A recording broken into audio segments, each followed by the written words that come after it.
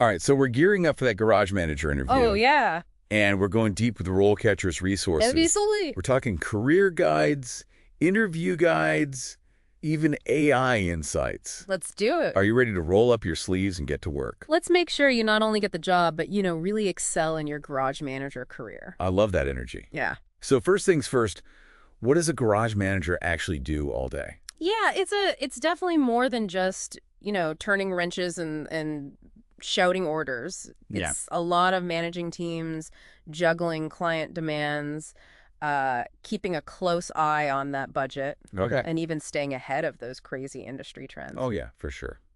So it's a dynamic role, to say the least. Yeah. And RoleCatcher's career guide, Garage Manager, lays it all out there. But I got to ask, what's something that surprised you about this role? Honestly, the fact that employment growth for garage managers is projected to be slower than average was kind of an eye-opener. Oh, wow. It's a competitive field. Yeah, that's a good point. You really do need to stand out Yeah. to land that dream job. You do. So how do we make you shine brighter than a freshly waxed car? Well, RoleCatcher's AI can be a real secret weapon here. Okay. It analyzes job descriptions and compares them to your resume, highlighting what skills you might need to showcase Oh, interesting. more effectively. So it's like having a personalized career coach, but in digital form. Exactly. It can even suggest improvements and help tailor your answers for specific interview questions. Wow. Talk about taking the guesswork out of interview prep. Okay, I am officially intrigued, but let's get down to brass tacks. We've got some real interview questions to tackle. What's the first one on our list? Okay, so let's kick things off with a classic. Tell me about your experience managing a team. Okay. It seems straightforward, but it's where you can really set yourself apart. Right, because it's not just about listing off your previous jobs. Yeah. What are interviewers really looking for with this question? They want to know about your leadership style, how you motivate your team, delegate tasks, handle those inevitable conflicts. Right. This is your time to shine. So how do we turn a simple answer into a showstopper? Specific examples are key. Don't just say, I managed a team of 5. Tell them about a time you implemented a new training program that boosted productivity or how you successfully navigated a tricky personality clash within your team. Oh, I see. I know. So it's all about showcasing your leadership skills in action. Yes. Paint a picture for them, not just a job title. Exactly. Now, here's a potential follow-up they might throw your way. What's your biggest weakness as a manager? Ooh. That's a tricky one. Everyone hates this question, but it's almost guaranteed to come up. Oh, it is. The key here is to be honest but strategic. Don't just blurt out a random flaw. Choose a weakness that you're actively working to improve and frame it as a learning opportunity. So, for example, I could say, I sometimes struggle with delegating tasks effectively, but I'm learning to trust my team more and give them the space to grow. Perfect. That shows self-awareness and a commitment to personal growth, which are qualities any good manager should possess. Okay, that's a great way to spin a potentially negative question into a positive one. What's next on the interview question hit list? Okay, get ready for this one.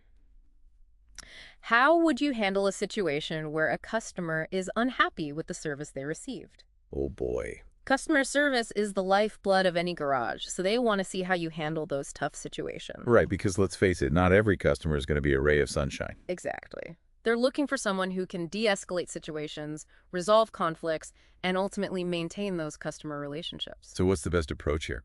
Active listening is crucial. Okay. Emphasize that you'd start by truly hearing the customer's concerns, acknowledging their frustration, and then working towards a solution that addresses their needs. So it's more about empathy and problem solving than just placating an angry customer. What kind of examples could I use to illustrate this? Think of a time when you turned a negative customer experience into a positive one. Maybe you went above and beyond to resolve an issue. Or maybe you simply listened patiently and found a compromise that satisfied both parties. Ah, I see. It's about showcasing your ability to turn a potentially damaging situation into a win-win. You got it. Now here's a potential follow-up question. What's your approach to dealing with customer complaints? Okay, so they're really drilling down on this customer service aspect.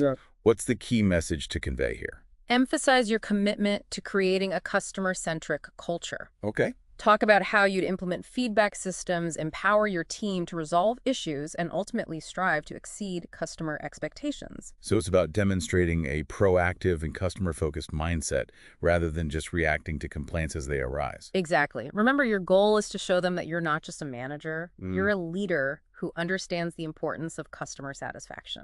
Okay, I'm feeling more and more confident with each question we tackle. What else do we have on the agenda? All right, let's get into the nitty-gritty of garage operations. Okay. A common question you might encounter is, how do you manage inventory and supplies in the garage? The logistical side of things. It sounds like they're looking for someone who's organized and efficient. Absolutely. They want to know that you can keep things running smoothly Right. by managing inventory effectively, Yeah. minimizing waste, and ensuring that parts are always available when needed. Makes sense. Yeah. So how do we showcase our inventory management prowess? Highlight any systems you've used to track stock levels, optimize ordering processes, and minimize lead times. If you've ever implemented a new inventory management system or streamlined the supply chain, those are golden examples to share. For instance, I could talk about how I implemented a barcode scanning system that reduced errors and sped up the parts retrieval process. Perfect. That shows you're tech savvy and proactive in finding ways to improve efficiency. Now, they might follow up with this. How do you handle a situation where a crucial part is out of stock and a customer is waiting? Okay, this is where things get really interesting. Yeah. It's a test of problem-solving skills and customer communication. You're right. It's all about showing them you can think on your feet and find creative solutions. Perhaps you expedited shipping, sourced the part from a different supplier, or offered the customer a loaner car while they waited. So it's about demonstrating resourcefulness and a commitment to finding solutions even in challenging situations. Precisely. And remember, RoleCatcher's AI can help you tailor your responses to these specific questions Right. by analyzing the job description and suggesting relevant keywords and phrases. That's a great reminder. This AI is sounding more and more like a must-have for interview prep. Yeah. What's next on our list of questions? Let's talk about safety. Right. A question you're almost guaranteed to get is, how do you ensure that safety protocols are followed in the garage? This one is huge. Yeah. A garage manager is responsible for the well-being of their team and creating a safe work environment. Exactly.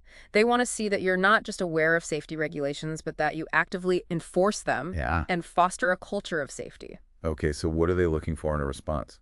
Talk about how you've implemented safety training programs, conducted regular safety audits, or used creative ways to keep safety top of mind for your team. For instance, I could talk about how I introduced a peer-to-peer safety recognition program that rewarded employees for identifying and reporting potential hazards. That's a fantastic example. It shows that you're proactive and understand that safety is everyone's responsibility. Good. Now, they might follow up with, tell me about a time you had to address a safety violation in the garage. Oh, that's a good one. It's testing my ability to enforce rules and hold people accountable. It is. This is your chance to showcase your leadership skills and your commitment to maintaining a safe work environment.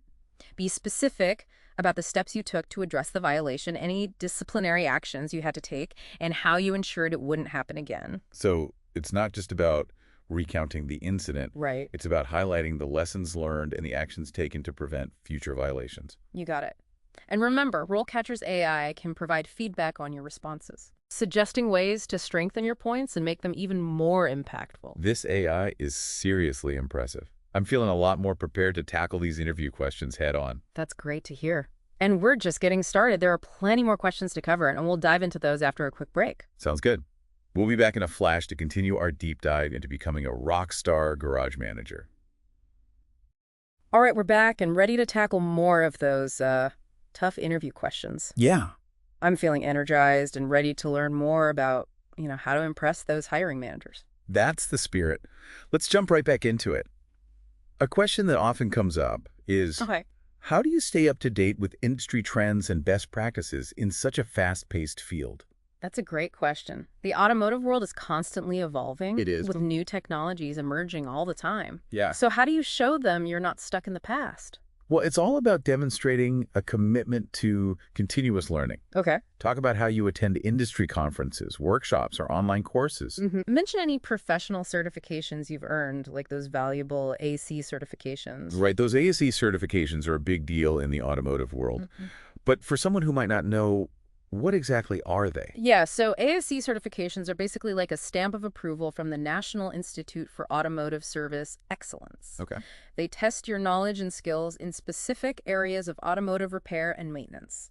So it's a way to prove you've got the chops to handle anything that rolls into the garage. Yeah. Exactly. Hmm. And earning these certifications shows employers that you're serious about your craft and dedicated to staying at the top of your game. That makes sense. Yeah. It's like having a black belt in car repair. Exactly. So besides certifications, what are some other ways to stay ahead of the curve? Reading industry publications, Okay. networking with other professionals, and even following automotive forums and blogs can all be helpful. The key is to be a lifelong learner. So it's not just about what you know now. It's about being curious and constantly expanding your knowledge. What's a potential follow-up question they might ask related to this? They might say, tell me about a time you had to learn a new technology or repair technique to keep up with industry changes. Ooh, that's a good one. It's testing my adaptability and willingness to embrace new challenges. Exactly. Have a story ready about a time you had to step outside your comfort zone and learn something new.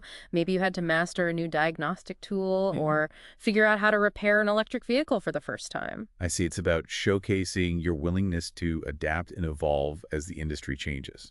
What's next on our interview question adventure? Let's talk about a question that could be a bit tricky. How do you handle difficult or angry customers? We all know those customers exist. Oh, they definitely exist. Yeah. And they can really put your customer service skills to the test. For sure. What are interviewers hoping to see here? They want to know that you can handle those tough situations with professionalism and grace. They're looking for someone who can de-escalate conflicts, find solutions, and ultimately preserve customer relationships. So how do you turn a potentially explosive situation into a positive outcome? Active listening is key. Let the customer vent their frustrations, acknowledge their feelings, and then work towards a solution that addresses their needs. So it's about finding that balance between empathy and problem solving. What kind of examples could I use to illustrate this? Think about a time when you successfully calmed down an angry customer. Maybe you offered a sincere apology, went above and beyond to fix a mistake. Right. Or simply found a way to make them feel heard and understood. Ah, I see. It's about turning a negative experience into a positive one, if possible. What's a potential follow-up question they might ask in this scenario? They might say, what's your approach to dealing with a customer who is being unreasonable or demanding? Okay, that's where things get really tricky. How do you navigate that fine line between meeting customer needs and setting boundaries? Right. It's about being assertive but respectful. You can acknowledge their concerns while also explaining the garage's policies or limitations. Right. The key is to remain calm, professional, and focused on finding a solution that works for everyone involved. So it's about finding that sweet spot between being accommodating and standing your ground when necessary. Exactly. Now let's shift gears a bit and talk about budgeting. A question you might get is, how do you manage the financial aspects of running a garage? The money matters. It sounds like they're looking for someone who's fiscally responsible. They are. And can keep the business in the black. You got it. They want to know if you can create budgets, track expenses, and make data-driven decisions that benefit the garage's bottom line. So how do we show them we've got the financial know-how to run a successful garage? Highlight your experience with creating and managing budgets, tracking key performance indicators, and analyzing financial reports. If you've ever implemented cost-saving measures or increased revenue through strategic initiatives, those are impressive examples to share. For example, I could talk about a time when I negotiated a better rate with a parts supplier, Right. which saved the garage a significant amount of money. Perfect. That shows you're proactive and have a good understanding of how to manage expenses effectively. A potential follow-up question here might be, how would you prioritize spending when faced with a limited budget? Ooh, that's a tough one. It's about making those strategic decisions that will have the greatest impact on the garage's success. You're right. This is where your understanding of the garage's operations and your ability to think critically come into play. You might prioritize essential repairs, investing in new equipment, or training your team to improve efficiency. So it's about demonstrating a strategic mindset and the ability to make tough decisions when necessary. What else do we need to cover? Let's talk about scheduling and coordinating work in a busy garage environment. A common question is, how do you manage multiple priorities and ensure that tasks are completed efficiently? This one seems like a real juggling act. It's about keeping those mechanics busy. It is. Cars moving and customers happy. They're looking for someone who can manage their time, effectively prioritize tasks, and keep the workflow moving smoothly. So how do we show them we're masters of organization and efficiency? Talk about your experience with scheduling software, implementing a priority system for repairs, and delegating tasks effectively. Okay. If you've ever found a way to optimize the workflow or resolve a scheduling conflict, those are great examples to share. For instance, I could talk about how I implemented a color-coded system for tracking the progress of repairs, which improved communication and reduced delays. That's a great example. It shows you're thinking creatively and finding ways to improve overall efficiency. They might follow up with, tell me about a time you had to handle a major unexpected disruption to the garage's schedule. How did you manage it? Okay, so they're throwing in a curveball to see how we handle pressure and adapt to unexpected challenges. Exactly. Yeah. Have a story ready about a time when you had to think on your feet and adjust the schedule due to a last-minute rush, an equipment malfunction, or even a power outage. It's about showing them that you can stay calm under pressure, make quick decisions, and find solutions that keep the garage running smoothly. You got it. And remember, RoleCatcher's AI can help you prepare for these specific questions by analyzing the job description and suggesting relevant keywords and phrases to use in your responses. It's a great reminder. This AI is becoming more and more invaluable as we go through these questions. What's next on the agenda? Let's talk about a question that focuses on your leadership skills. How do you assess the performance of staff members in the garage? This one seems like it's about more than just giving feedback. It is. It's about creating a culture of continuous improvement, right? You're absolutely right. They want to understand your approach to performance management, Sure. how you identify strengths areas for development, and ultimately help your team members grow. So it's about fostering a supportive and motivating environment where everyone can thrive. Precisely. Share examples of how you've conducted performance reviews, provided constructive feedback, and created individualized development plans for your team members. For example, I could discuss a time when I mentored a junior mechanic, helping them improve their diagnostic skills through hands-on training and guidance. That's a great example. It demonstrates your commitment to developing your team and creating a culture of learning. Now, a potential follow-up question could be, tell me about a time you had to deal with an underperforming staff member. How did you address the situation?